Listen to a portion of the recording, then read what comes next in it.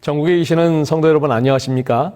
2022년 제2기 창세기 교과 해설에 오신 성도님들을 환영합니다.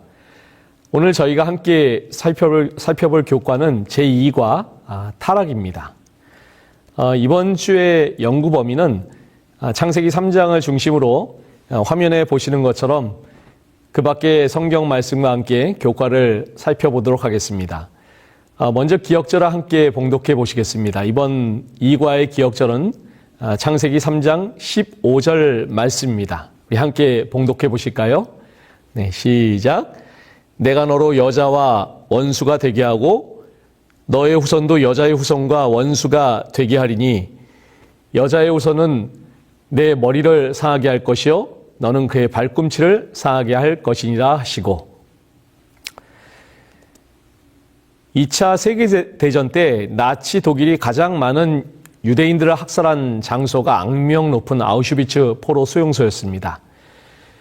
독일의 패전으로 전쟁이 끝나고 연합군 병사들이 아우슈비츠 수용소를 살피던 중에 가스실의 벽에 새긴 글귀를 발견했습니다. 하나님, 지금 어디에 계십니까?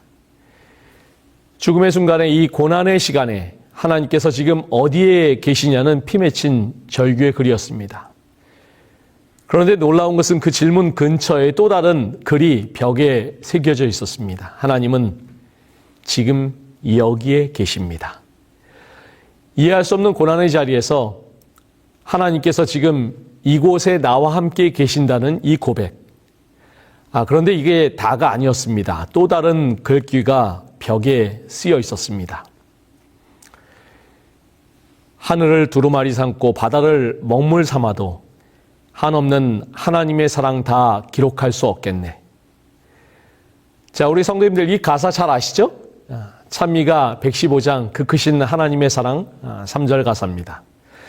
이 찬미가는 1917년 미국의 프레데릭 레만 목사가 지은 찬송시였습니다. 그런데 이 3절 가사는 사실 레만 목사의 시가 아니라 11세기 유대인 랍비가 쓴 그 아람어로 쓴 아크다무트라는 서시에 나오는 그런 내용입니다. 이 시는 유대인들에게 구전이 되어서 대대로 내려오던 시였기 때문에 유대인들에게 이 시는 너무나 익숙한 시였습니다. 죽음의 공포 가운데 하나님 어디 계십니까? 라는 고통스러운 절규가 터지는 순간에 나오는 하나님은 여기에 계십니다. 라는 그런 고백. 그리고 저 바닷물을 먹물 삼고 하늘을 두루마리로 하나님의 사랑을 기록해도 다 묘사할 수 없겠네라는 찬양시. 인간이 범죄하고 동산나무 사이에 숨었을 때 하나님께서는 내가 어디에 있느냐 하고 찾으셨습니다. 우리는 아픈 마음으로 범죄한 자녀를 찾으시는 하나님을 이번 교과에서 발견합니다. 그리고 바닷물을 먹물 삼고 하늘을 두루마리로 그 사랑을 다 기록해도 정말 묘사할 수 없는 그 하나님의 사랑을 우리는 발견하게 될 것입니다. 우리는 지난주 제1과를 통해서 우리 하나님께서 어떤 마음을 가지고 천지를 창조하시고 인간을 창조하셨는지를 살펴보았습니다. 이번 주에는 범죄한 인간을 찾아가시는 하나님, 사랑하는 자녀를 위해서 구속의 계획을 선언하시는 그 하나님을 우리가 교과를 통해서 함께 살펴보고자 합니다. 자, 일요일 소지로 넘어가 보겠습니다. 일요일 교과의 첫머리에서 창세기 3장 1절, 고린도후서 11장 3절, 요한계시록 12장 7절로 9절을 읽어보라. 뱀은 누구이며 어떻게 하와를 속였는가라고 질문을 하고 있습니다. 성경 중에 창세기 3장의 사건이 없었더라면 얼마나 좋았을까라는 생각은 모든 믿는 사람들의 정말 한결같은 그런 마음입니다. 본문에 인류의 최초의 비극과 불행이 기록되어 있기 때문입니다. 창세기 3장은 이러한 비극을 일으킨 주범, 사탄의 등장으로 시작을 합니다. 자, 창세기 3장 1절을 한번 개역 한글판으로 한번 보시겠습니다. 여호와 하나님의 지으신 들짐승 중에 뱀이 가장 간교하더라. 자, 같은 말씀을 개역 개정판으로 한번 보시겠습니다. 그런데 뱀은 여호와 하나님이 지으신 들짐승 중에 가장 간교하니라. 자, 여기 개역 한글판과 개역 개정판을 비교해 보시면 문장의 순서가 미묘하게 다른 것을 발견할 수가 있죠? 자, 그렇다면 히브리어 본문에서는 이 말씀이 어떤 순서로 기록이 되어 있을까요? 자, 화면을 통해 보시는 것처럼 히브리어는 오른편에서 이제 왼편으로 읽습니다. 원문을 그대로 읽어보면은 뱀이 간교하더라. 들짐승 중에 가장 이렇게 살펴볼 수가 있습니다. 그리고 히브리어 원문에서 이 뱀이라는 단어의 앞에는 정관사가 붙어 있습니다. 다시 말해서 바로 그 뱀이라는 그런 말입니다. 모세가 창세기 3장 1절의 시작을 이렇게 흥미롭게 표현하면서 시작을 하고 있는 것입니다. 이 바로 그 뱀, 어떤 뱀을 말하는 것일까요? 계시록 12장 9절에 큰 용이 내어 쫓기니 옛뱀 곧 마귀라고도 하고 사단이라고도 하는 온 천하를 꿰는 자라. 땅으로 내어 쫓기니 그의 사자들도 저와 함께 내어 쫓기니라. 계시록 12장 9절은 하늘의 대쟁투를 소개하고 있는데 그 하늘의 대쟁투에서 이 땅으로 내어 쫓기는 그 뱀, 사단 마귀를 정확하게 지칭해서 바로 그 뱀이라고 소개하고 있는 것입니다. 성령의 감동으로 이 창세기 기록한 모세가 인간을 유혹해서 최초의 범죄를 일으키도록 한 배우, 그 사단의 정체를 훤히 잘 알고 있는 것처럼, 이미 잘 알려진 존재처럼 이렇게 소개를 하고 있는 것은 아닐까요?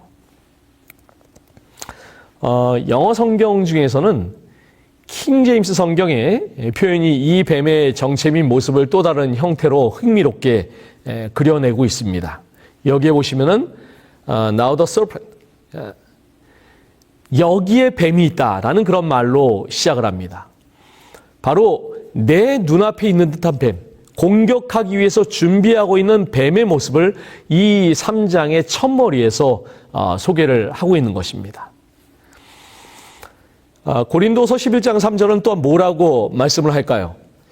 뱀이 그 관계로 하와를 미혹한 것 같이 너희 마음이 그리스도를 향하는 진실함과 깨끗함에서 떠나 부패할까 두려워하노라. 본교의 성경 주석에 보시면은 바울은 이 거짓 사도들, 곧 사단의 사자들이 마치 뱀이 하와를 유혹한 것처럼 고린도 교인들을 유혹할까 염려한다. 두 경우 모두 사단이 악한 음모를 조종했다. 뱀이 아담과 하와를 타락시키고 죄를 세상에 들여오는 일에 사단의 도구가 되었기 때문에 성경에서 사단은 일반적으로 뱀이라고 불린다라고 나와 있습니다. 사도 바울은 탁월한 신학자였습니다. 그는 인간의 타락이 분명한 역사적인 사건이었으며 그 배후에 사단이 존재한다는 것을 확신하고 태초에 발생한 인류 최초의 범죄 사건의 배후에 있었던 그 사단이 지금도 고린도 교인들을 미혹하기 위해서 그 배후에 있음을 고발하여서 이 말씀을 기록한 것입니다. 자, 교과책 24페이지 일요일 소지 중간 부분에 보시면은 이 부저선자 53페이지에서 이렇게 말씀을 하고 있습니다.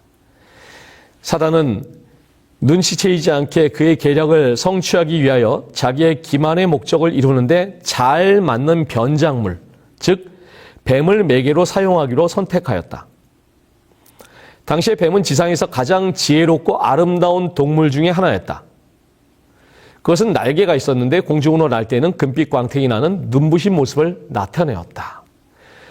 자, 여기 화이트보이의 말씀을 보시면은 뱀은 그 자체가 유혹자가 아니라 사탄이 뱀을 매개체로 이용하여 말하고 있음을 알 수가 있습니다. 자, 창세기 3장 1절 말씀을 다시 한번 보시겠습니다. 그런데 뱀은 여호와 하나님이 지으신 들짐승 중에 가장 간교하니라. 자, 이 말씀에 보시면 뱀의 특징이 하나님께서 지으신 들짐승 중에서 가장 간교하니라라고 말씀하고 있습니다. 우리는 보통 어떤 사람이 간교하다라고 이렇게 하면은 부정적으로 생각합니다. 다른 말로는 뭐 교활하다라는 말도 있을 텐데 이 단어도 부정적으로 사용이 되죠. 그러면 어떤 이들이 이렇게 질문할 수 있을 것입니다. 목사님, 혹은 장로님, 집사님, 하나님께서 이 천지 만물을 창조하시고 하나님께서 보시기에 참 좋았다라고 말씀하셨는데 이 땅에 죄가 존재하기도 전에 간교한 뱀이 존재했다는 사실이 앞뒤가 맞지 않습니까? 이런 질문을 받으시면 우리 성도님들은 어떻게 답변하시겠습니까? 자, 여기에 대한 해답을 위해서 3장 1절에 이 간교하다라는 단어를 잘 해부해 볼 필요가 있습니다. 3장 1절에서 간교하다라는 말의 히브리어 원어는 아룸이라는 그런 말입니다. 그런데 이 단어를 히브리어 성경에서 살피면은 부정적인 의미와 긍정적인 의미에서 모두 사용을 하고 있습니다. 부정적인 의미에서는 간사한, 사특한 이런 말로 사용이 되었고 긍정적인 의미에서는 현명한, 총명한 그런 의미로 사용이 되었습니다. 이 단어가 부정적인 의미로 사용된 예가 욥기 5장 13절과 15장 5절인데 한글 개역 성경에서는 각각 괴휼과 간사로 번역이 되어 있습니다. 하지만 반대로 긍정적인 의미로 사용된 예도 많이 있는데 예를 들면 잠언의 말씀들 12장 16절 23절 14장 8절 15절 18절 22장 3절 이 말씀들을 보시면 이 단어는 모두 우리말로 슬기로운으로 번역이 되고 있습니다. 자, 그러면은 창세기 3장 1절에서의 이 말씀을 어떤 의미로 이해를 해야 될까요? 창세기 3장 1절에서 이 단어는 긍정적인 의미로 번역되는 것이 맞다고 생각이 됩니다. 왜냐하면 이 말씀은 하나님에 의해서 완전하게 창조된 한 피조물의 상태를 묘사하는 그런 것이기 때문입니다. 이제 막 창조된 이 세상은 아무 죄가 없는 그런 상태입니다. 그리고 뱀은 아직 저주받은 그런 상태도 아니었습니다. 그 뱀은 지금 하나님에 의해 창조된 최초의 모습 그대로인 것입니다. 즉 창세기 3장 1절은 뱀이 유혹의 매개물로 이용되기 전에 맨 처음 창조되었을 그 당시의 상태를 소개하는 그런 말입니다. 그러므로 이 문맥에서의 아룸은 간교라는 부정적인 의미로 번역되는 것은 적합하지 않다고 생각합니다. 그것은 최초의 완전한 상태를 나타내는 긍정적인 의미, 즉 총명한, 슬기로운, 현명한 이런 말로 이해하는 것이 맞다고 할 수가 있을 것입니다. 따라서 창세기 3장 1절을 성경 원문과 앞뒤 문맥을 고려해서 해석한다면 그런데 뱀은 여호와 하나님이 지으신 들짐승 중에 가장 총명하니라, 슬기로우니라, 지혜로우니라 이렇게 하는 것이 적당할 것입니다. 하지만 사단은 이러한 뱀을 인류를 유혹하는 매개체로 사용한 것입니다. 이런 이유로 인류에게 범죄 이후에 사단은 뱀과 동일시된 것입니다. 아까 함께 살펴본 요한계시록 12장 9절의 말씀처럼 옛뱀 곧 마귀라고도 하고 사단이라고도 하는 온 천하를 꿰는 자로 이 사탄과 뱀이 동일시된 것을 우리가 확인할 수가 있는 것입니다. 자, 이제 월요일 소지로 넘어가 보겠습니다. 이 월요일 소지의 첫 번째 질문은 창세기 2장 16절 17절과 창세기 3장 1절로 6절을 읽어보라. 하나님께서 아담에게 주신 계명의 말씀과 뱀이 여자에게 한 말을 비교해보라. 둘 사이의 차이점은 무엇이며 그 차이점의 의미는 무엇인가입니다. 자, 창세기 3장 1절과 4절 5절 말씀 우리 함께 보시겠습니다. 뱀이 여자에게 물어 이르되 하나님이 참으로 너희에게 동산 모든 나무의 열매를 먹지 말라 하시더냐. 뱀이 여자에게 이르되 너희가 결코 죽지 아니하리라. 너희가 그것을 먹는 날에는 너희 눈이 밝아져 하나님과 같이 되어 선악을 알 줄을 하나님이 아심이니라. 자, 월요일 소재 질문은 이 말씀과 창세기 2장 16절 17절의 말씀을 비교해 보는 것입니다. 자, 여기 이 두 말씀을 함께 좀 봐주시기 바랍니다. 자, 여기 2장 17절에 보시면은 하나님께서 모든 열매를 맺되 선악을 알게 하는 나무의 열매만 먹지 않도록 말씀하셨습니다. 자, 그런데 이 3장 1절에 보시면은 사탄이 하나님의 이 말씀을 어떻게 왜곡합니까? 하나님이 참으로 너희에게 동산 모든 나무의 열매를 먹지 말라 하시더냐. 사탄도 하나님께서 인간에게 주신 2장의 명령에 대해서 잘 알고 있었습니다. 그럼에도 불구하고 도대체 왜 이렇게 왜곡된 질문을 하였을까요? 우리는 3장 1절을 통해서 사단의 정말 치밀한 이 간교함을 발견할 수가 있는 것입니다. 여기 하나님의 말씀으로 시작되는 것이 정말 놀랍습니다. 이 사기꾼들이 처음부터 뻔한 거짓말을 이야기하지 않습니다. 그러면은 들통나기가 너무 쉽기 때문이죠. 대신에 이 완벽한 진실에 한 방울의 거짓을 첨가합니다. 뱀이 그랬습니다. 이 모든이란 말만 빼면 옳은 말입니다. 선악을 알게 하는 이라는 말을 모든이라는 말로 교묘하게 대치해서 함정을 판 채 여자에게 접근한 것입니다. 또한 말라 하시더냐라는 질문을 통해서 먹지 말라는 하나님의 명령을 의문형으로 바꿔버렸습니다. 이게 무슨 말입니까? 하나님이 너희에게 그 어떤 나무의 실과도 먹지 말라고 말씀하시지 않았잖니? 라고 교묘하게 이 뉘앙스를 비틀어버린 것입니다. 하나님께서 너그럽게 주신 은혜를 사단이 이렇게 교묘하게 왜곡한 것입니다. 또한 사단은 이 말씀을 잘 보시면은 하나님이라는 명칭만을 사용했습니다. 지난주 제1과 해설에서 말씀을 드린 것처럼 하나님으로 번역한 히브리어 엘로힘은 이 온 천지 만물을 지으신 하나님의 전능하심을 강조하는 그런 명칭입니다. 반면에 여호와 하나님 뭐예요? 언약을 세우시고 그 언약을 지키시는 하나님의 신실하심을 강조하는 그런 명칭입니다. 자, 2장 16절, 17절을 보시면은 말씀하시는 하나님은 분명히 뭐예요? 여호와 하나님으로 성경은 말씀하고 있습니다. 자, 그런데 왜 사단은 여호와 하나님이란 명칭을 사용하지 않았을까요? 그 이유는 사단이 언약의 하나님이신 여호와 하나님을 부정하면서 동시에 하와로 하여금 인간과 신실한 언약을 맺으시는 여호와 하나님과의 언약을 떠올리지 아니하고 그 언약을 어기도록 유도하기 위함이었던 것입니다. 뱀의 이 질문에 여자가 어떤 대답을 할까요? 자, 창세기 3장 2절로 3절 말씀에 보시면은 여자가 뱀에게 말하되 동산나무의 열매를 우리가 먹을 수 있으나 동산 중앙에 있는 나무의 열매는 하나님 말씀에 너희는 먹지도 말고 만지지도 말라 너희가 죽을까 하노라 하셨느니라. 자, 창세기 2장 17절에서 하나님 뭐라고 말씀하십니까? 먹는 날에는 정령 죽으리라. 자, 이 말씀을 원문으로 찾아보시면 무트라는 단어를 2번 겹쳐서 사용하는데 무트, 타무트라고 이렇게 기록이 되어 있습니다.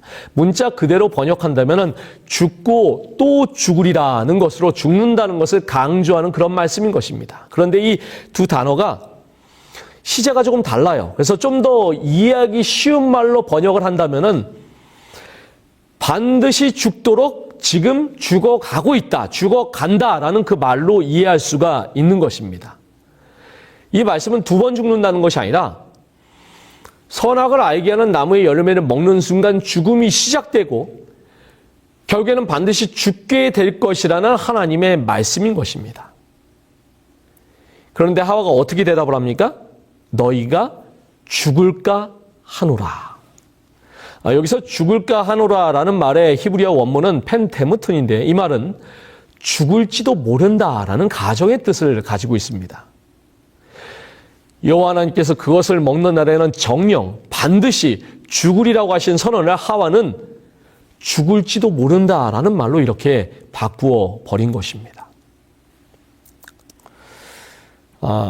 하와가 하나님의 말씀을 왜곡한 것은 이게 다가 아닙니다. 3절에 보시면 동산 중앙에 있는 나무의 열매는, 자, 여호와 하나님께서는 이 나무의 열매를 가리켜서 뭐라고 말씀하셨습니까? 17절에 보시면은 선악을 알게 하는 나무의 열매는 먹지 말라. 분명히 그 열매의 명칭을 사용하셨습니다. 그런데 하와는 그 열매의 이름을 정확하게 이야기하지 아니하고 동산 중앙에 있는 나무라고 일반화시켜서 표현하고 있는 것입니다. 창세기 3장 1절과 2절을 우리가 지금 살펴봤지만은 뱀의 간교한 질문이 1절에서 던져지고 하와의 변형된 답변이 2절과 3절에서 짝을 이루어서 이 사탄의 간교한 계획이 정확하게 들어맞게 되는 것을 볼 수가 있습니다. 여기에 용기를 얻은 사탄이 이제 전격적으로 거짓말을 더 확대해서 그렇게 나가게 되는 것입니다. 4절, 5절 말씀을 보시면은요. 뱀이 여자에게 이르되 너희가 결코 죽지 아니하리라. 너희가 그것을 먹는 날에는 너희 눈이 밝아져 하나님과 같이 되어 선악을 알 줄 하나님이 아심이니라. 자, 4절에 너희가 결코 죽지 아니하리라는 이 사탄의 말은 먹는 날에는 정녕 죽으리라고 하시는 하나님의 말씀에 대한 정면 도전인 것입니다. 재림교회 성경석은 4절 말씀을 이렇게 주석하고 있습니다. 사탄이 첫 번째 질문이 정말 그러했듯이 의심을 불러일으키고자 의도된 것이었다면 그가 뒤이한 진술은 권위적인 선언의 모습을 띤 기만이다. 이 주장은 히브리어로 할 수 있는 최고의 강조법의 형태인데 하나님의 분명하신 명령에 대한 강력한 사탄의 반박인 것입니다.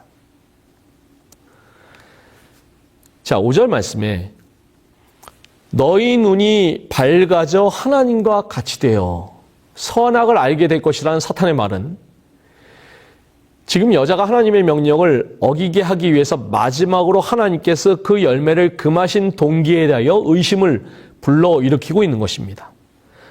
이 교과책의 월요일 소지 26페이지 하단부를 한번 보시겠습니다. 하나님의 말씀에 불순종하여 금지된 열매를 먹기로 결심한 순간 하와는 마치 하나님이 더 이상 존재하시지 않으시는 것처럼 자신이 하나님인 양 행동했다. 하와에게 일어난 이러한 변화를 성경은 하와가 하나님의 언어를 사용하고 있는 모습으로 그리고 있다. 하와에게 금지된 열매는 본즉 좋았다. 이나 하나님께서 자신이 창조한 것들을 보시고 보시기에 좋았더라라고 하시는 하나님의 말씀을 기억나게 한다. 부자선자에서는 창세기 3장에서 뱀이 하와를 유혹하던 순간에 하와의 심리 상태를 이렇게 지적하고 있습니다. 그 여자는 하나님께서 그들에게 이 과실을 금하셨을까 하고 자문하였다. 바로 이때가 유혹자의 절호의 기회였다. 그는 이 여인의 마음의 생각들을 통찰할 수 있는 능력이 있는 양 그 여자에게 하나님이 참으로 너희더러 동산 모든 나무의 실과를 먹지 말라 하시더냐라고 말을 걸었다. 하와는 자기 생각에 메아리를 듣는 것 같았으므로 소스라치게 놀랐다. 이제 이 월요일 소지를 정리하면서 결국 문제는 무엇입니까? 평상시에 여호와 하나님의 언약의 말씀을 희미하게 붙잡은 이 하와의 영적인 상태가 문제였습니다. 이 영적인 상태를 감지한 사탄이 그것을 파고들어서 결정적인 미혹의 화살을 던진 것입니다. 너 스스로 내가 하나님같이 되라. 그러므로 이 창세기 3장의 사건은 단순히 선악과 사건이 아니라 인간이 스스로 하나님이 되려 하는 그런 사건이었던 것입니다. 선악을 알게 하는 나무의 열매 때문에, 그것을 이용한 사탄 때문에, 아담의 말처럼 정말 하와 때문에, 누구 때문에 일어난 사건이 절대 아닙니다. 나 중심의 영적인 상태, 나라는 것에 집착하여 스스로 내가 하나님같이 되려고 하는 그 정욕의 우상이 있었기 때문에 사탄이 이것을 교묘하게 활용한 것입니다. 누가 뭐라고 하든지, 누가 무슨 짓을 하든지 간에 내가 언약의 여호와 하나님과 분명하고 확고한 관계를 가지고 있다면 아무런 문제가 없는 것입니다. 문제는 내가 문제입니다. 그러므로 창세기 3장의 문제는 바로 오늘날 나의 문제가 되는 것입니다. 갈라디아 2장 20절에 내가 그리스도와 함께 십자가에 못 박혔나니 그런즉 이제는 내가 사는 것이 아니오 오직 내 안에 그리스도께서 사시는 것이다. 이제 내가 육체 가운데 사는 것은 나를 사랑하사 나를 위하여 자기 자신을 버리신 하나님의 아들을 믿는 믿음 안에서 사는 것이다. 오늘도 사단은 우리에게 교묘하게 속삭이고 있습니다. 하지만 우리는 이 사도 바울의 고백처럼 이 사탄의 교묘한 속삭임을 거절합니다. 그리고 내가 사는 것이 아니라 내 안에 그리스도께서 사시도록 나와 함께 하시는 이 언약의 여호와 하나님의 말씀에 전적으로 순종하시는 우리 모든 성도님들 되시기를 간절히 바랍니다. 자, 이제 화요일 소지의 질문을 함께 보시겠습니다. 창세기 3장 7절로 13절 말씀을 읽어보라. 아담과 하와가 하나님 앞에서 숨어야겠다고 느낀 이유는 무엇인가? 하나님께서는 왜 내가 어디 있느냐라고 물으셨는가? 아담과 하와는 어떻게 자신들의 행동을 정당화했는가?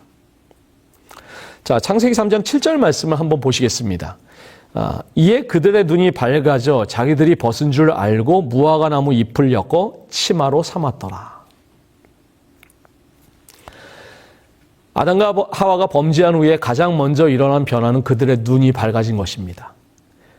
하지만 그들이 얻은 지식은 그들이 기대한 그런 것들이 아니었습니다. 자신들이 벌거벗은 것을 발견하고 죄책감과 수치심을 느꼈습니다. 화이트 부인은 이때 아담과 하와에 대해서 이렇게 말씀합니다. 그들이 누렸던 사랑과 평화는 사라지고 그 대신에 그들은 죄에 대한 의식, 장래에 대한 공포, 영혼의 벌거벗음을 느꼈다. 그들의 몸을 두르고 있었던 빛의 두루마기가 이제 사라져버렸다. 그리하여 그들은 스스로의 힘으로 가리개를 만들어 빛의 옷을 대신하려고 노력하였다. 왜냐하면 그들은 벌거벗은 채로 하나님과 천사들 앞에 설 수 없었기 때문이었다. 부끄러움을 느낀 아담과 하와가 가장 먼저 한 일이 뭐예요? 무화과나무 잎을 엮어서 치마로 만든 것입니다. 자, 여기 그 7절 말씀을 한글 개역 개정판이나 개역 한글판에선 그냥 치마로 삼았더라라고 기록하지만은 원어 성경을 보시면 그 앞에 자기를 위하여 치마로 삼았더라라고 이렇게 되어 있습니다. 우리말 성경에 보시면 원문과 같이 번역이 잘 되어 있는데 보시면은 그들은 자신들을 위해 무화과 나무 잎을 엮어 옷을 만들었습니다.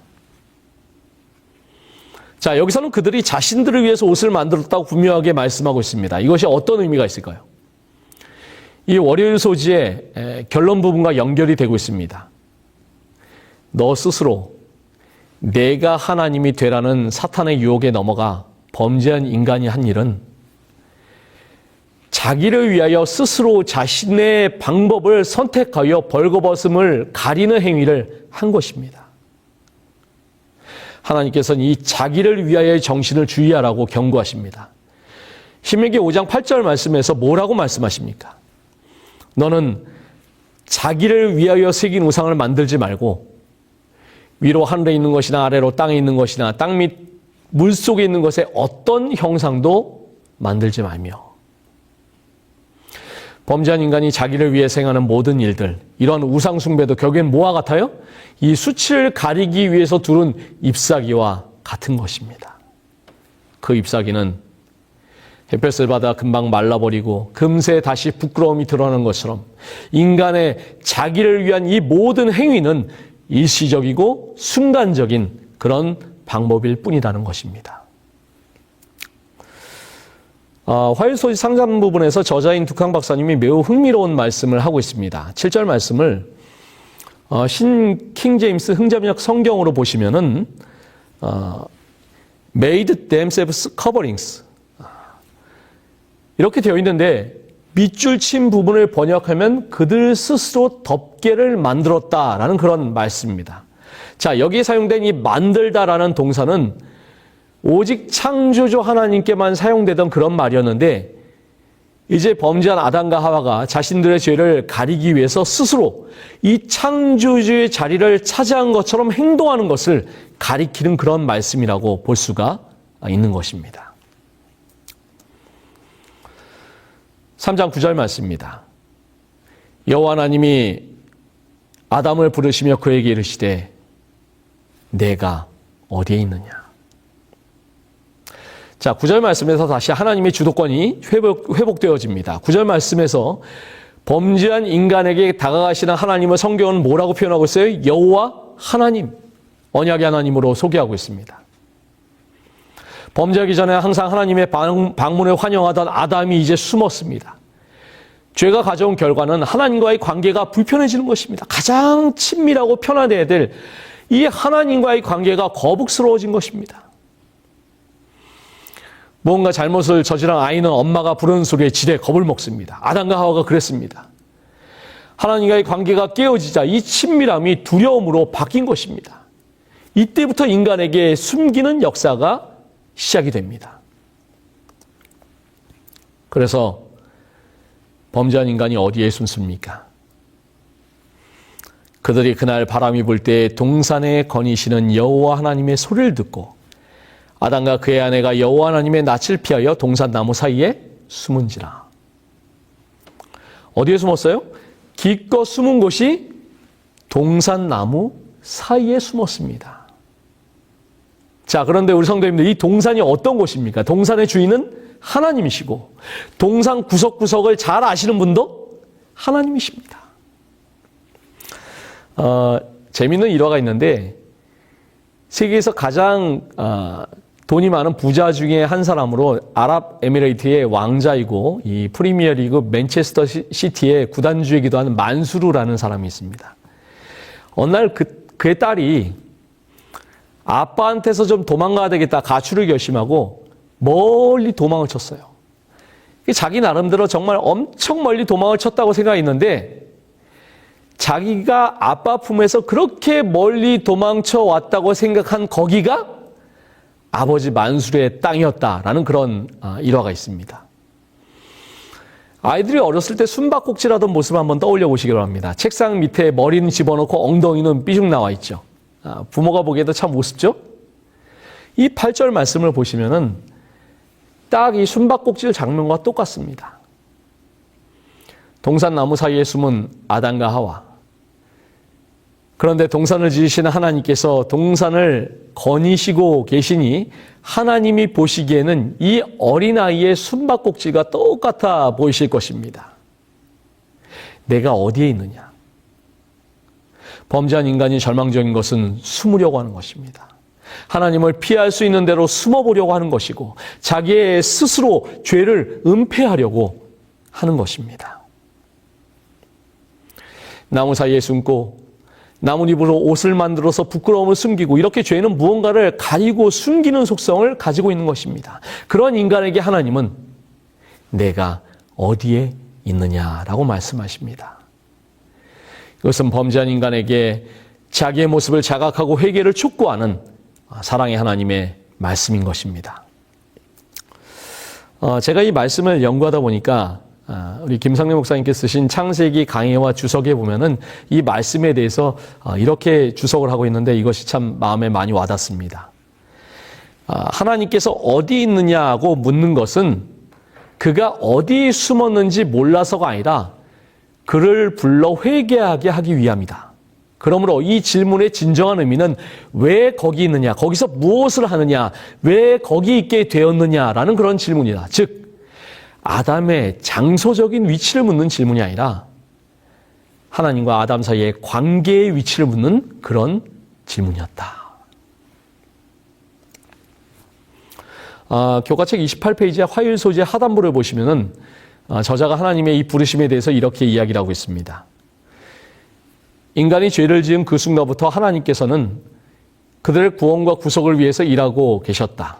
이 모든 시나리오는 재판관이 최종 판결 전에 피고를 준비시키기 위해 범인을 신문하는 조사 심판의 개념을 나타내 보여준다. 그러나 하나님께서는 마침내 구원으로 인도하는 회개를 유도하기 위해 이 과정을 거치신다. 이것은 성경 전체에 걸쳐 등장하는 문제이다. 이것을 두고 스펄전 목사님은 하나님께서 죄인에게 가지시는 거룩한 관심이라고 그렇게 불렀습니다. 찾아오지 않으셔도 되는 분이 찾아오셨고 말씀하지 않아도 되는 분이 말씀하셨고 부르시지 않아도 되는 분이 불러주신 것입니다. 내가 어디에 있느냐? 이 질문은 타락한 아담에게뿐만 아니라 오늘 우리에게도 주어지는 동일한 질문인 것입니다.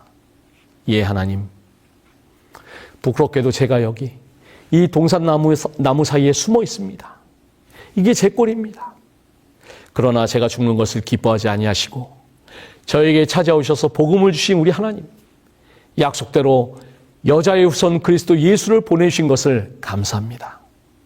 내가 받을 모든 형벌을 대신 받으신 그리스도께 나아가 그분을 나의 구주로 영접하오니 부끄러운 이 죄인을 용서하시고 주의 구원으로 인도하여 주시옵소서. 오늘 나의 모습이 이 동산나무 그늘 아래 숨어 사는 그런 존재가 아니라 십자가 그늘 아래 주님의 곁에서 쉼을 얻는 우리 모든 성도님들 되시기를 간절히 바라겠습니다. 자, 수요일 소지입니다. 이제 창세기 3장 14절부터 19절까지는 하나님의 심판이 선고되는 장면이 등장합니다. 자, 조사로부터 심판까지의 과정을 보면은 조사는 아담, 여자, 뱀의 순서로 이루어지는데 심판의 선고는 반대로 뱀, 여자, 아담의 순서로 이루어지는 것을 볼 수가 있습니다. 그리고 이 뱀에 대한 선고 속에 들어있는 원복음이 모든 심판의 중심에 자리 잡고 있는 것입니다. 자, 창세기 3장 15절 말씀을 다시 한번 좀 보시겠습니다. 내가 너로 여자와 원수가 되게 하고 내 후손도 여자의 후손과 원수가 되게 하리니 여자의 후손은 내 머리를 상하게 할 것이요 너는 그의 발꿈치를 상하게 할 것이니라 하시고. 수요일 소재의 질문은 하나님께서 뱀에게 무엇이라고 말씀하셨으며 이 말씀 속에 어떠한 소망이 들어있는가 하는 것입니다. 창세기 3장 15절은 그 유명한 구속의 경륜을 선포하시는 그런 장면입니다. 이 선포를 원복음이라고도 하는데 원복음 혹은 원시복음이라고 부르는 것은 성경에서 발견할 수 있는 최초의 복된 소식이라는 의미를 가지고 있는 것입니다. 하나님께서는 범죄한 인간을 향해 죄의 결과를 선고하시기 전에 먼저 이 회복의 복음을 선포하셨습니다. 이것은 메시아와 사탄 사이의 대쟁투에 대한 선언인 것입니다. 또한 이렇게 타락한 인간을 위해 마련하신 하나님의 구속의 경륜은 평화의 의논이라고 불리는데 이것은 부자선자 63페이지에 나오는 것처럼 지구의 창조 이전에 이미 마련이 된 그런 것이었습니다. 여자의 후손은 내 머리를 상하게 할 것이다. 창세기 3장 15절의 이 선언은 가장 먼저 뱀에게는 절망적인 저주의 선언이 된 것입니다. 여자의 후손은 메시아의 성육신과 초림에 대한 그런 예언이죠. 그런데 그 여자의 후손은 뱀의 머리를 상하게 할 것입니다. 머리가 상하게 된다는 것은 죽음에 이르는 치명상을 가리키는 것입니다. 사탄은 예수를 십자가에 못 박고 십자가에 가두려고 하였지만은 예수께서 무덤문을 열고 부활하셨습니다. 이 십자가에서의 승리로 인류를 구속하셨습니다. 이 모든 것이 사탄에게는 머리가 상하게 할 정도로 돌이킬 수 없는 결정적인 치명상이 된 것입니다. 너는 그의 발꿈치를 상하게 할 것이다. 예수께서 이 땅에 탄생하신 순간부터 사탄은 예수님의 모든 사역을 방해했습니다. 헤롯을 통해 죽이려고 했고 공생의 기간 동안에도 이 서기관들과 바리새인들로 하여금 끊임없이 예수님을 공격하도록 했습니다. 결국에는 예수님을 십자가의 죽음으로까지 이끌고 왔습니다. 이렇게 지속적으로 예수님을 괴롭혔지만 결코 그것이 예수님께 치명상이 되지 못한 것을 성경은 그의 발꿈치를 상하게 할 것이니라 라는 말씀으로 표현하고 있는 것입니다. 부자선자 65페이지에서는 이 선고를 받은 뱀, 즉 사탄이 어떤 태도를 취하고 있는지를 설명하고 있습니다. 자, 이 말씀 한번 잘 보시기 바랍니다. 사단은 자기와 여인, 자기의 자손과 여인의 자손 사이에 증오심이 있게 되리라는 것을 들었을 때 인간 본성을 타락시키려는 자신의 사업이 방해를 받을 것과 어떤 수단을 사용하여 사람이 그의 세력을 정할 수 있게 되리라는 것을 알았다. 자, 그 다음에 한번 보세요. 그러나 구원의 경륜이 더욱더 분명하게 드러냈을 때 사단은 사람을 타락시킴으로써 그가 하나님의 아들을 그분의 높임받은 지위에서 끌어내릴 수 있다고 그의 천사들과 함께 기뻐하였다. 그는 여기까지는 그의 계획이 지상에서 성공을 거두었으며 그리스도께서 자신에서 인성을 취하실 때 그분 또한 패배당할 것이며 이렇게 하여 타락한 인류의 구속은 저지될 수 있을 것이라고 선언하였다. 자, 수요일소지의 하단에 있는 질문을 보시면은 창세기 3장 15절과 로마서 16장 20절, 히브리서 2장 14절, 요한계시록 12장 17절을 비교해보라. 이 성경절들에서 구원의 계획과 대쟁투가 어떻게 나타나 있는가? 이렇게 질문하고 있습니다. 창세기 3장 15절에서 여자의 후손의 원어인 이 제라는 씨라는 의미를 가지고 있는데 단수형으로 기록이 되어 있습니다. 이것은 여자의 무수히 많은 후손들이 뱀의 머리를 상하게 하는 일에 연합하여서 참여하는 것이 아니라 오히려 한 개인이 이 예언을 성취시킬 것임을 가리키는 그런 말인 것입니다. 따라서 이 선언은 그리스도와 사단 사이에 있는 대쟁투, 곧 이 하늘에서 시작된 전쟁, 계시록 12장 7절로 9절의 이 전쟁이 히브리서 2장 14절의 말씀을 통해서 그리스도가 다시 사단을 패배시킨 세상에서 계속되고 있음을 말하는 것이고, 세상의 마지막 때의 사탄이 남은 무리와의 결전을 위해 선 모습이 계시록 12장 17절에서 보여지고, 최종적으로는 계시록 20장 10절에서 천년기의 끝에 사탄의 멸망과 더불어 끝날 것으로 결론을 맺고 있는 것입니다. 자, 이제 목요일 소지로 넘어가 보겠습니다. 목요일 소지의 질문처럼 이제 타락의 결과 아담과 하와에게는 어떠한 일이 일어났을까요? 자, 3장 16절 말씀 한번 보시겠습니다. 또 여자에게 이르되 내가 잉태하는 고통을 크게 더하리니 내가 수고하고 자식을 낳을 것이며 너는 남편을 사모하고 남편은 너를 다스릴 것이니라. 자, 여기서 고통이라는 말의 원어를 보시면 색이다, 각성하다라는 말에서 파생되었습니다. 이 말은 하나님께서 하와에게 해산의 고통을 더하신 목적이 무엇인지를 잘 알려주는 것입니다. 태초에 인간에게 하나님께서는 생육하고 번성하라고 말씀하셨습니다. 원래 계속되는 잉태는 고통이 아닌 축복의 경험이 되도록 그렇게 하신 것입니다. 그런데 범죄로 말미암아 이 축복된 잉태의 경험에 고통이 수반될 것을 선언하신 것입니다. 하지만 이 고통이라는 말의 의미를 통해 하나님께서는 하나님의 특별하신 목적이 인간에게 새겨지고 각성되기를 원하셨습니다. 잃어버린 인류의 생명을 다시 얻으려고 독생자를 세상에 보내시는 아버지 하나님의 고통이 또한 곧 해산의 고통인 것입니다. 요한복음 16장 21절을 한번 보시겠습니다. 여자가 해산하게 되면 그때가 이렇으므로 근심하나 아이를 낳으면 세상에 사람 난 기쁨을 인하여 그 고통을 다시 기억지 아니하느니라. 이 말씀은 십자가의 고난을 앞둔 예수님의 말씀이신데 예수님은 십자가의 고난을 해산의 기쁨으로 표현하셨습니다.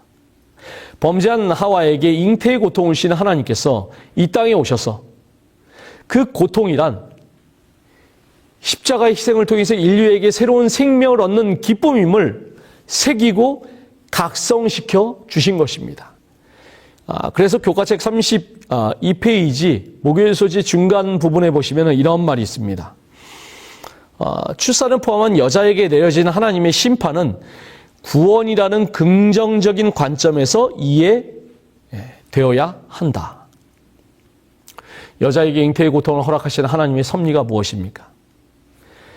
범죄한 인간이 이후로 해산의 고통을 통해서 하나님의 사랑과 하나님의 구원의 계획을 깨달아 알게 하시려는 것입니다.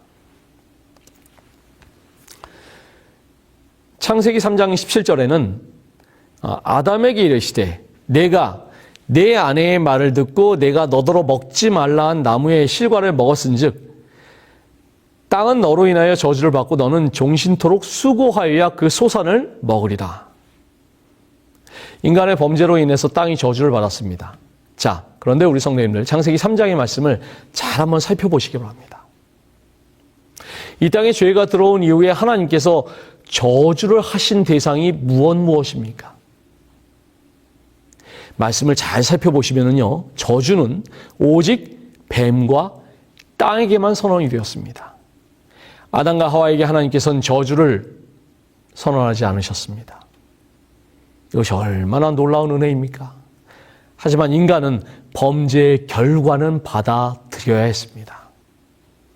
땅은 저주를 받았기 때문에 그 저주받은 땅의 결과물을 얻기 위해서 인간은 수고로 일을 해야지 결과를 받아들여야 하는 것입니다.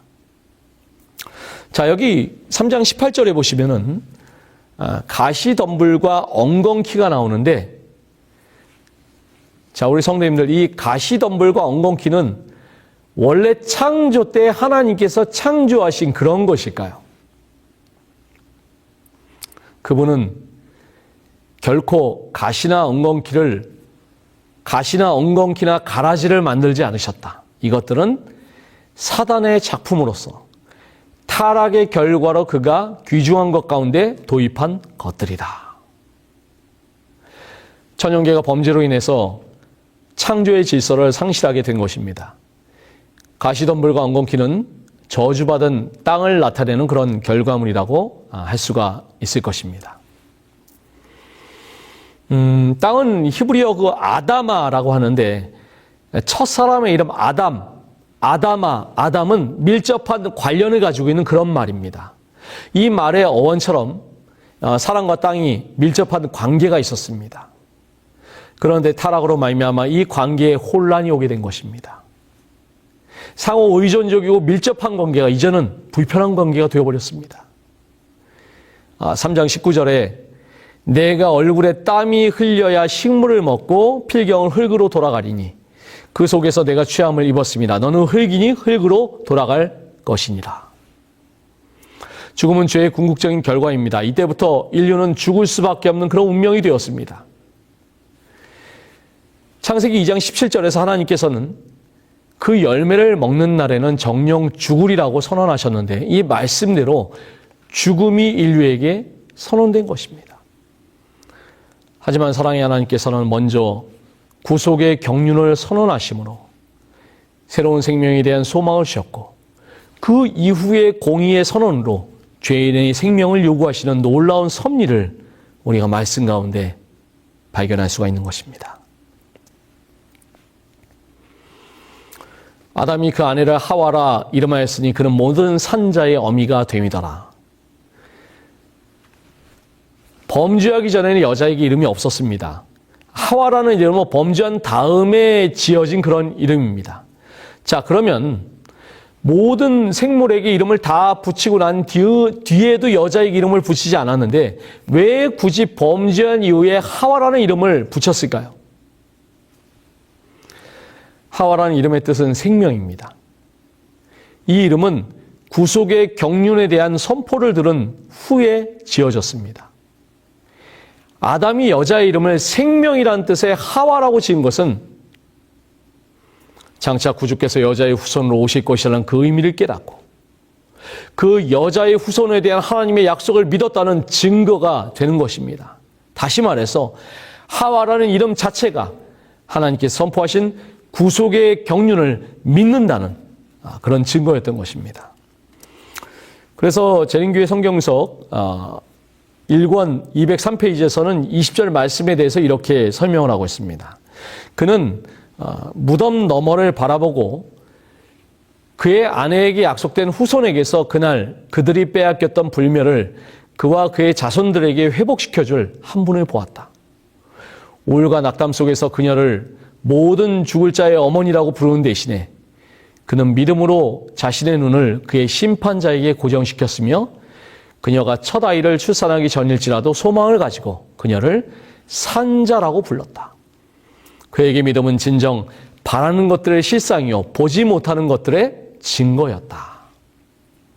따라서 이 20절에서 모든 산자의 어미라는 것은 범죄한 인류의 어미라는 그런 말보다는 여자의 후손인 메시아로 말미암아 구원받을 모든 인류의 어미라고 이해하는 것이 더 바람직할 것입니다.